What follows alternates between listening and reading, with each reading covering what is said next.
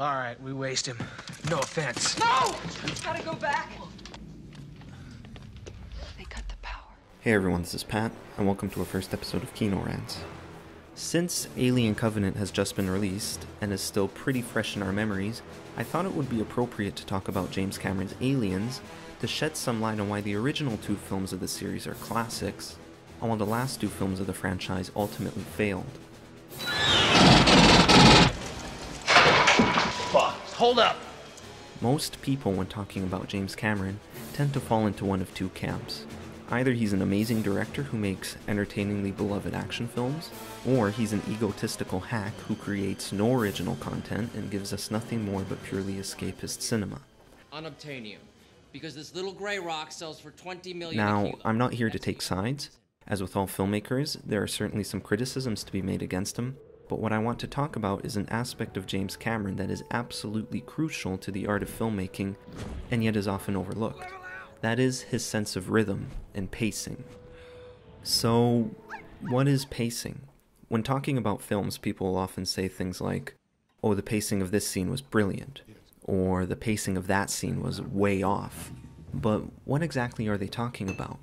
Movie pacing is a difficult concept to break down because it is something that is felt more than anything. You can't teach it or say concretely that the pacing of this scene is good because X, Y, or Z. Pacing is something that comes from intuition, determined by the desired mood, feel, or effect of the story. Although there are no hard set rules, slow pacing can be associated with the building of tension, allowing room for the audience to anticipate the next piece of action, while fast-paced scenes can be associated with high-octane adrenaline rushes, measured in its speed, intensity, and rhythm. Referred to by some as the film's heartbeat, the pacing of a film is dictated by the demands of the script and the story. If you're filming an intense fight scene, chances are that it's not going to be paced slowly unless there is a specific stylistic reason to do so. We call it cutting. It isn't exactly that. Cutting implies severing something. It really should be called assembly. Now, everyone is going to have a different taste. Some people might appreciate slower films, while others might appreciate faster. However, to me, from a filmmaking perspective, good pacing is when a film is propelled forward efficiently through the use of cinematic language, with no redundancies and with minimal use of expositional dialogue. They've lost contact with the colony on LV-426.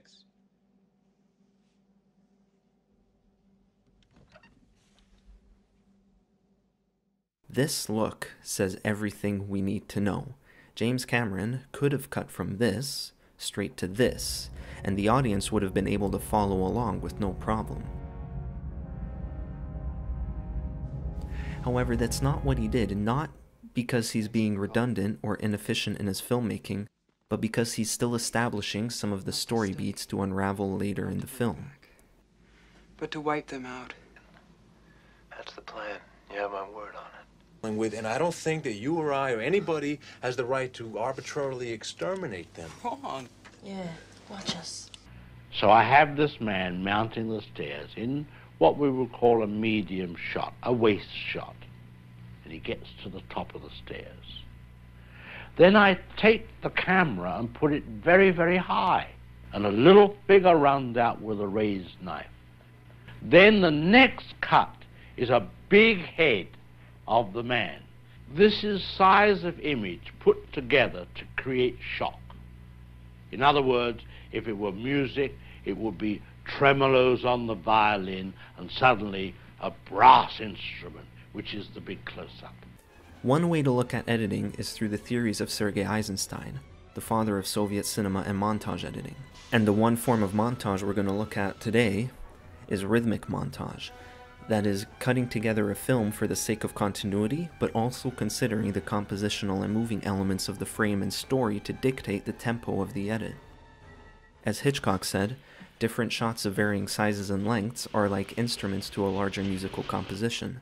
You have a deep tremolo bass here, a piercing horn accent there, points of staccato, longer shots, shorter shots, reaction shots.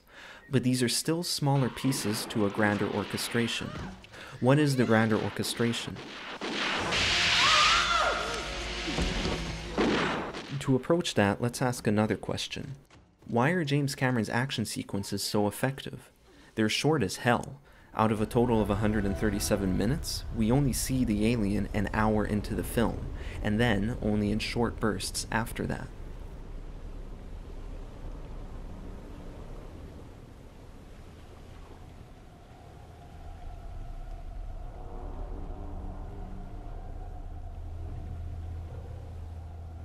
The key, I think, is all the time spent outside of the action. What many people nowadays would call the boring parts of the film are just as crucial, if not more so, than the action sequences themselves. The film has progressed, almost with a mundane tonality and a style that doesn't call attention to itself.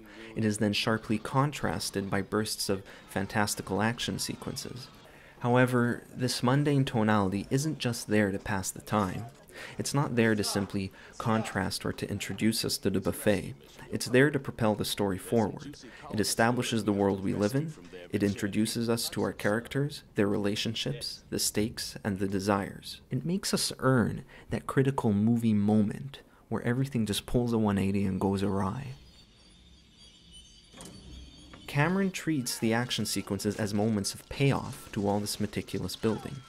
These moments don't necessarily propel the story forward, they serve more as emotional and story climaxes. I say we grease this rat fuck son of a bitch right now. Just doesn't make any goddamn sense. They break down everything that has been established so far and create new meanings. Everything else, the pacing of the edit, scene by scene, cut by cut, is dictated by the pacing of the film on the macro level. And as much as I don't like this comparison, the action sequences of Aliens feel almost like an epic drop from your favorite EDM song. Give me the light.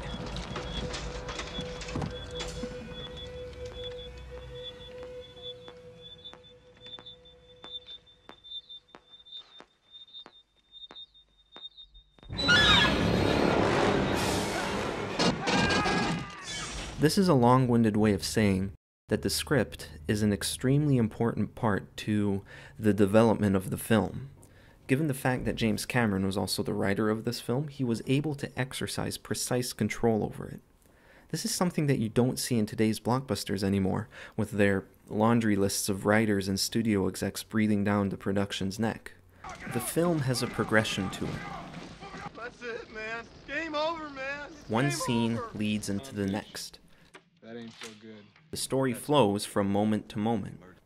Prometheus, by comparison, is a convoluted jumble of incoherent scenes that don't work together to progress the film as a whole. We're left with contrived and cobbled together moments of donkey shits. I find that these older films have a quality to them that has largely been lost in contemporary filmmaking. That lost quality, I think, is a particular attention to detail in the writing and the pacing. Faster than you. Films of today are almost entirely reversed. We're given copious amounts of action sequences, and crammed in between are scenes of expositional dialogue to catch us up. I got great life. These calm moments don't develop her characters, they don't establish her stakes and desires, and if they do, it's through the lazy use of dialogue, and they most definitely don't set us up for our emotional payoffs. No. Father. That's it.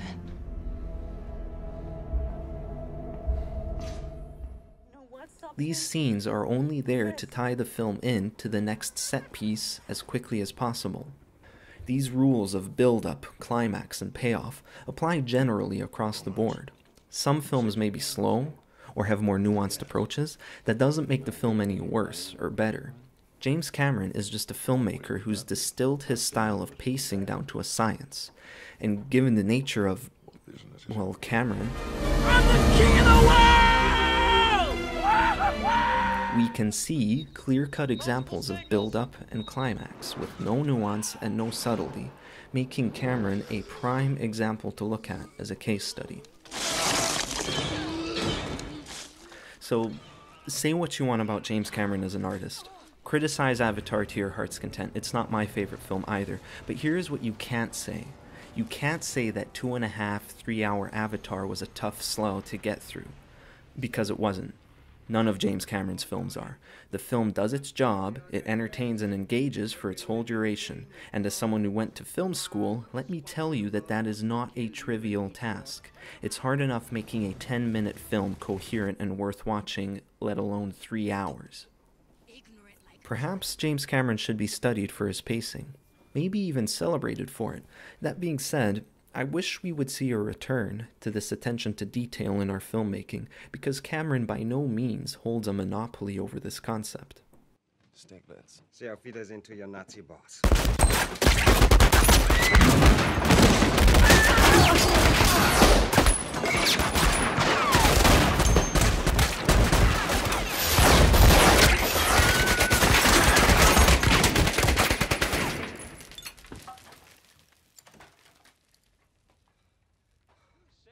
So, I hope you enjoyed our first video essay. It's pathetic. We had a blast making it, and we're looking forward to making more and getting better at it. Do consider liking, subscribing, and sharing this channel, because we are going to be uploading another video 2 weeks from now. So check back in 2 weeks. Peace. Get away from her, you bitch!